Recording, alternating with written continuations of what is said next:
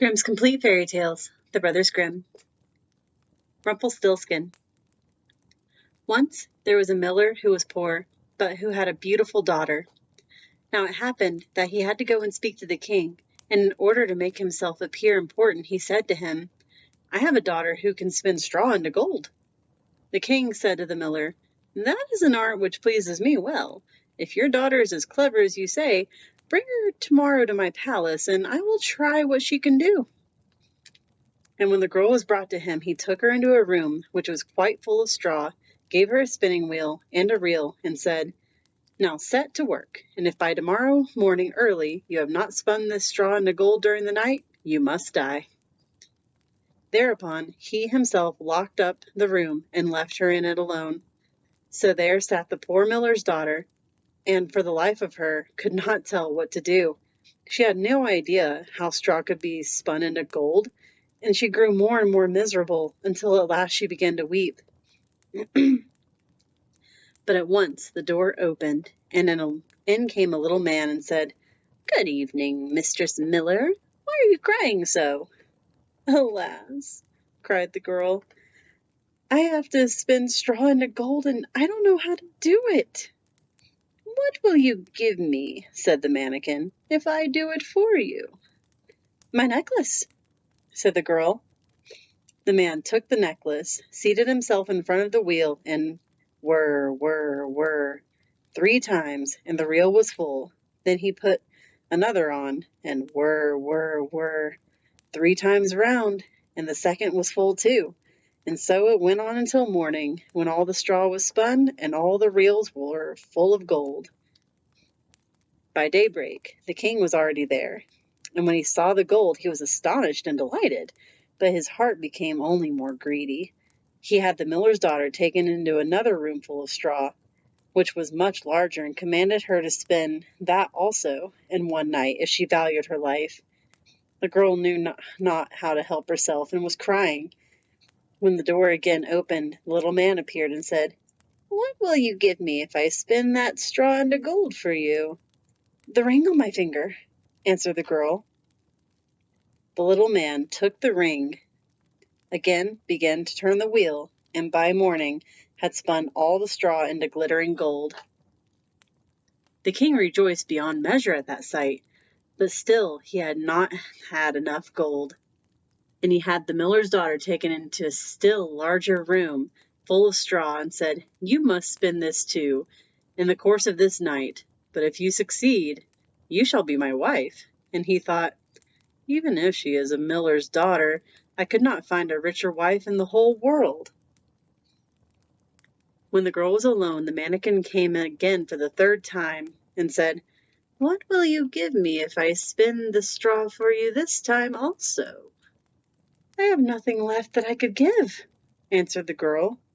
"Then promise, if you should become queen, your first child." "Who knows whether that'll ever happen," thought the miller's daughter, and not knowing how else to help herself in this strait, she promised the mannikin what he wanted, and for that he once more span the straw into gold. And when the king came in the morning and found all he wished, he took her in marriage, and the pretty miller's daughter became a queen. A year after, she had a beautiful child, and she had never gave thought to the mannikin. But suddenly he came into her room and said, "Now give me what you promised." The queen was horror-struck, and offered the mannikin all the riches of the kingdom if he would leave her child. But the mannikin said, "No. Something that is living is dearer to me than all the treasures in the world." The queen began to weep and cry, so that the mannikin pitied her. "I will give you 3 days' time," said he. "If by that time you find out my name, then you shall keep your child." So the queen thought the whole night of the names that she had ever heard. She sent a messenger over the country to inquire far and wide for any other names that there might be. When the mannikin came the next day, she began with Casper, Melicor, Balthazar, and said all the names she knew, one after another. But to every one the little man said, "That is not my name." On the second day, she had inquiries made in the neighborhood as to the names of the people there, and she repeated to the mannikin the most uncommon and curious, "Perhaps your name is Short Ribs, or Sheepshakes, Lace Leg?" But he always answered, "That is not my name."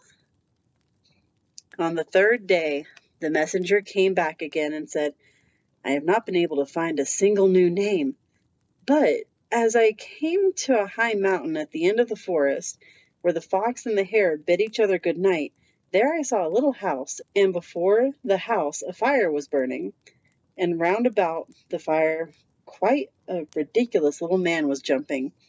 He hopped upon one leg and shouted, 'Today I bake, tomorrow brew, the next I'll have the young queen's child. Ha!